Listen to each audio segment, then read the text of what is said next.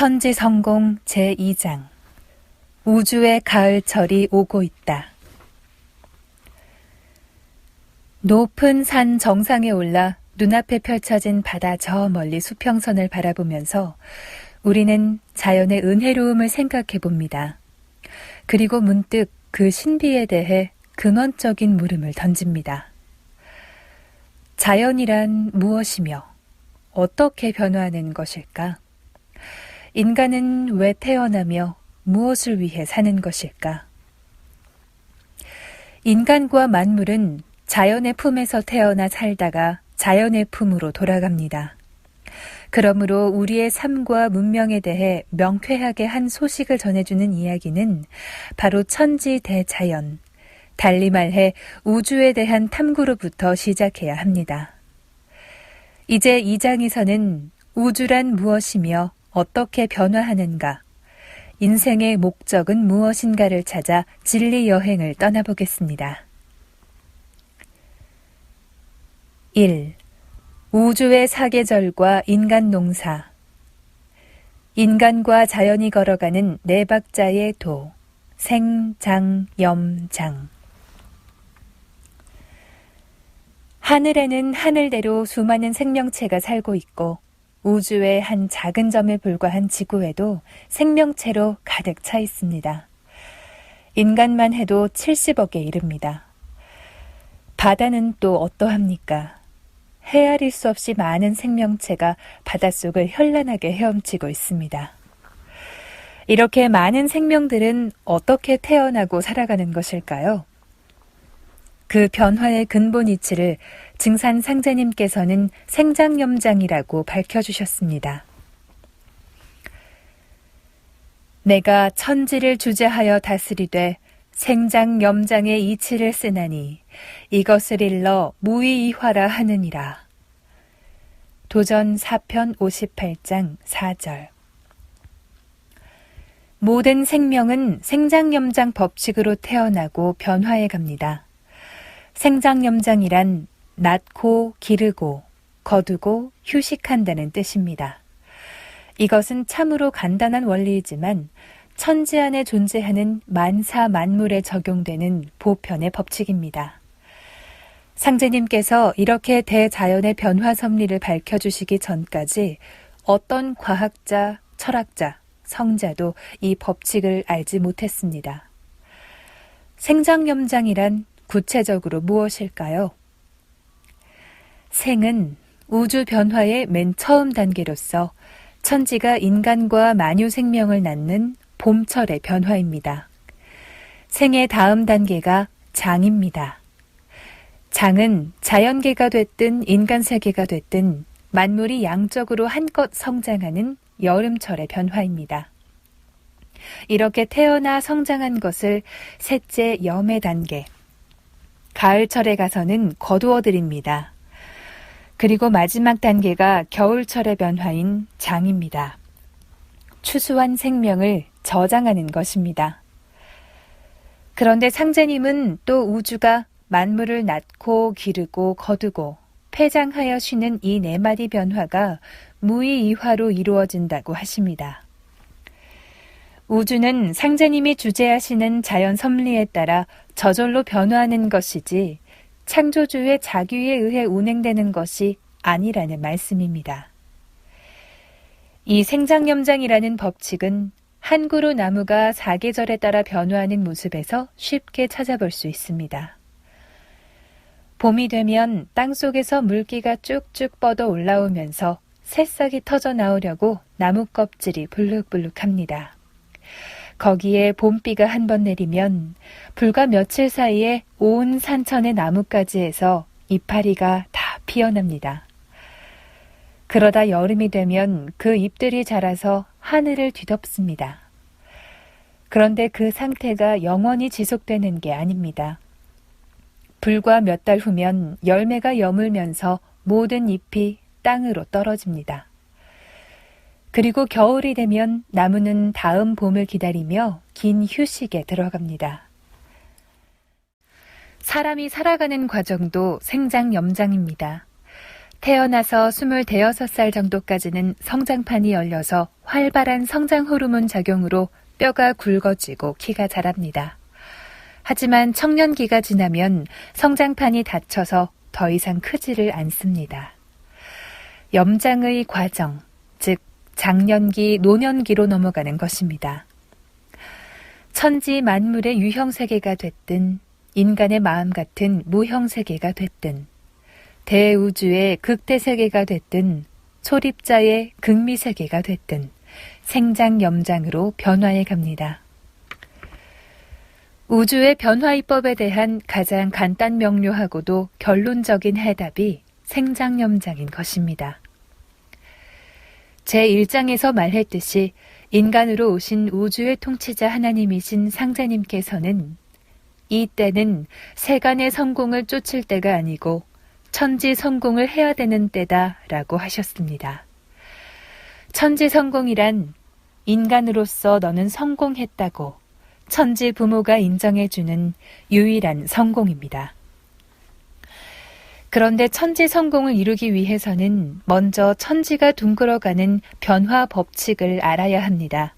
그것이 바로 생장염장인 것입니다. 우주도 1년 4계절로 변화한다. 생장염장 이법에 따라 천지가 인간 생명과 문명을 낳아 기르는 시간의 가장 큰 주기가 있습니다. 그것을 우주 1년이라 합니다. 우주 1년은 지구 1년을 확대해서 생각하면 이해하기 쉽습니다. 우주의 봄이 오면 하늘과 땅은 조화로서 인간과 만물을 낳습니다. 그리고 여름 동안 만물을 전 지구에 널리 퍼뜨립니다. 이때 인종이 다양해지고 인구가 폭발적으로 늘어나며 문명도 다양하게 꽃핍니다. 그런데 이러한 변화를 일으키며 나아가는 시간의 화살은 최종 목적지가 있습니다. 바로 우주의 가을철입니다. 즉 우주의 봄, 여름은 가을을 향한 준비 과정입니다. 인간이 봄철에 태어나 여름 동안 종족을 퍼뜨리는 것도 가을철에 성숙하기 위한 것입니다. 여름에서 가을로 넘어가는 바로 이 과정에서 천지가 뒤집어지는 엄청난 변혁이 일어납니다. 이것이 본서의 핵심 내용 가운데 하나인 가을 개벽 상황입니다. 이에 대해서는 2절, 3절에서 상세히 살펴볼 것입니다. 한편 이 가을도 영원히 계속되는 것이 아닙니다. 일체의 생명체가 생명 활동을 멈추고 휴식하는 우주의 겨울이 닥칩니다. 우주도 봄, 여름, 가을, 겨울 4계절로 변화해 간다. 이런 우주 1년 4계절에 대한 구체적인 내용은 불교, 기독교, 유교, 도교 같은 이전의 어떤 종교나 사상 그 어디에도 없는 것입니다. 다만 서양 고대 그리스 문화에서 우주에는 큰 봄과 큰 여름이 있다. 그리고 큰 가을이 있다는 이야기가 전설처럼 전해져 올 뿐입니다. 기독교적 시간관을 따르는 서양 문화권에서는 우주 1년을 전혀 모릅니다. 그 문화권에서는 역사는 끊임없이 진보하면서 하나님의 이상세계를 향해 가다가 결국 종말을 맞이하며 그때 최후의 심판을 받고 구원받는 자는 천국으로 올라가 영원히 산다는 직선 시간관을 따르고 있습니다. 직선 시간관으로는 우주의 다음 해에 새 봄이 와서 새로운 인류가 탄생하여 문명을 개척하며 살다가 우주 가을철을 맞이한다는 우주 1년이 순환하는 진리를 받아들일 수 없습니다. 지금의 역사학, 고고학이 전부 직선 시간관의 바탕 위에 이루어져 있습니다. 직선 시간관은 우주의 계절 변화에 따라 시간의 밀도가 다르다는 것을 모르는 데서 기인한 것입니다. 일찍이 러시아 과학자들은 사물이 변화함에 따라 시간의 밀도가 달라진다는 사실을 밝힌 바 있습니다. 실제로 하루에도 잠잘 때와 일할 때의 시간 밀도가 서로 다릅니다. 요컨대 우주 일련은 밀도가 서로 다른 춘하추동 4계절을 한 주기로 하여 영원히 순환하는 시간의 큰 주기입니다. 모든 생명이 하나도 예외 없이 다 그 속에서 태어나고 살아갑니다. 때문에 우주 일련의 순환 법칙은 진리의 근본 틀이면서 진리의 출발점이 됩니다. 12만 9,600수의 신비. 그러면 우주 일련의 주기는 얼마나 될까요? 상제님께서 우주 일련 시간대의 비밀을 풀어 인류 역사에 드러내도록 지상에 내려보내신 인물이 있습니다. 바로 천여 년 전 중국 송나라 때의 대학자 소강절입니다. 소강절은 상제님께서 자연이법의 핵심을 뚫은 인물이라고 칭찬하신 그 주인공입니다. 그는 우주가 12만 9,600년을 한 주기로 열리고 닫힌다는 것을 밝혀냈습니다. 아름은 강절의 지식이 있나니 다 내 비결이니라. 도전 2편 32장 1절 2절. 하늘과 땅, 인간은 모두 12만 9,600수로 변화해 갑니다. 이 12만 9,600수는 어떻게 해서 나온 수일까요? 지축이 동북으로 기울어진 현재는 지구의 1년이 365 4분의 1일이지만 본래 1년의 정도수는 360일입니다. 즉 지구는 하루에 360도 자전하면서 1년 360일 동안 태양을 안고 돌아갑니다. 따라서 지구가 1년 동안 변화하는 도수는 360도 곱하기 360회 해서 총 12만 9,600도입니다. 이것이 지구 1년의 변화 도수입니다. 이런 원리에 따라 우주는 하루에 해당하는 360년을 360회 순환 반복함으로써 12만 9,600년이라는 우주 1년 시간대로 운행합니다. 그렇다면 이렇게 반문할 수도 있을 것입니다. 그걸 어떻게 믿어요? 과학적으로 증명할 수 있는 건가요? 물론입니다. 현대 과학자들이 입증을 하고 있습니다. 2006년에 우리말로 번역되어 나온 존 그리빈의 빙하기라는 책이 있습니다. 그 책 서두에 오로지 빙하기 연구에 한 생애를 다 바친 과학자 부자의 이야기가 실려 있는데 그 내용이 구독자들에게 많은 감동을 줍니다. 이 책에서도 말하듯이 지난 200년 동안 빙하기를 연구하여 얻은 결론은 약 10만 년마다 지구에 주기적으로 빙하기가 찾아왔었다는 것입니다. 그리고 1999년 과학 잡지 네이처에 지구 환경의 변화 주기가 약 12만 4천 년이다라는 발표가 있었습니다. 과학자들의 빙하기 연구 결과가 우주 1년의 주기인 12만 9,600년에 매우 근접하고 있습니다. 그런데 이 수는 인체의 음양운동이라 할 수 있는 기혈운동에서도 나타납니다. 보통 성인의 하루 호흡수와 맥박수를 합치면 평균 12만 9,600회가 됩니다. 우주 1년의 도수가 12만 9,600년, 인체의 하루 도수가 12만 9,600회. 인간이 살아가는 하루의 숨결을 나타내는 숫자가 우주 1년의 생명수와 같다는 것은 어떤 오묘한 섭리를 말해주고 있습니다. 곧 우리 인생의 희망과 절망이 모두 하루하루 살아가는 삶 속에 있고 인류의 역사도 천지의 역사도 인간의 하루에서 시작된다는 것입니다.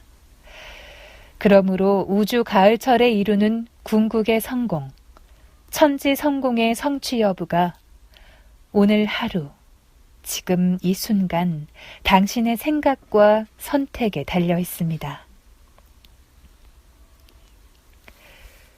우주 1년 변화의 목적, 사람 농사. 그렇다면 천지가 1년 4계절로 변화하는 목적은 과연 무엇일까요? 상제님이 주재하시는 우주 1년을 초등학생부터 철학자, 과학자, 종교가에 이르기까지 누구도 쉽게 알아들을 수 있도록 일상 언어로 명쾌하게 풀어주신 분이 있습니다. 바로 증산 상제님의 도업을 한평생 인간 역사 속에 실현하고 계시는 안운상 태상 종도사님입니다. 일찍이 태상 종도사님은 우주 1년의 목적에 대해 이렇게 말씀해 주셨습니다. 천지도 목적이 있다. 그래서 질서정연하게 둥글어가는 것이지 그냥 그 속에서 생명이 왔다 가는 것이 아니다. 그 목적이 뭐냐 하면 지구 1년은 초목농사 짓는 것이고 우주 1년은 사람 농사 짓는 것이다. 지구 1년이 생장염장하는 것을 보면 봄에 씨 뿌리고 싹을 내서 여름철에 성장시켜 가을철에 추수를 한다. 그것과 같이 우주 1년은 사람 농사를 짓는다. 우주는 결코 맹목적으로 순환하는 것이 아닙니다. 분명히 그 목적이 있습니다. 바로 사람 농사를 짓기 위해서 돌아갑니다. 왜 천지부모는 사람 농사를 짓는 것일까요? 형어 천지하여 생인하나니 만물 지중에 유인이 최귀하니라. 하늘과 땅을 형상하여 사람이 생겨났나니 만물 가운데 오직 사람이 가장 존귀하니라. 도전 2편 23장 2절. 이 말씀처럼 그것은 인간이라는 존재가 본래 하늘과 땅을 본떠서 생겨났으며 하늘 땅의 주인공이 되기 때문입니다. 인간의 형상이 하늘 땅과 닮았다는 사실은 과학에서도 입증이 되고 있습니다. 1985년 하버드 스미소니언 센터의 존 허크라와 마가렛 갤러가 그동안 밝혀진 우주의 모든 별자리 데이터를 슈퍼컴퓨터에다 넣고 단추를 누르니까 이 우주가 놀랍게도 팔다리를 벌리고 서 있는 사람의 모양으로 나오더라는 것입니다. 그런데 천지가 사람 농사를 짓는 보다 궁극적인 이유는 장차 천지가 꿈꾸는 이상세계를 지상에 건설하여 천지 성공을 이루어내는 주체가 인간이라는 데 있습니다. 그래서 상제님께서는 천존과 지존보다 인존이 크니 이제는 인존 시대니라 라고 선언을 하셨습니다. 이 말씀의 깊은 뜻은 잠시 후에 다시 이야기하겠습니다.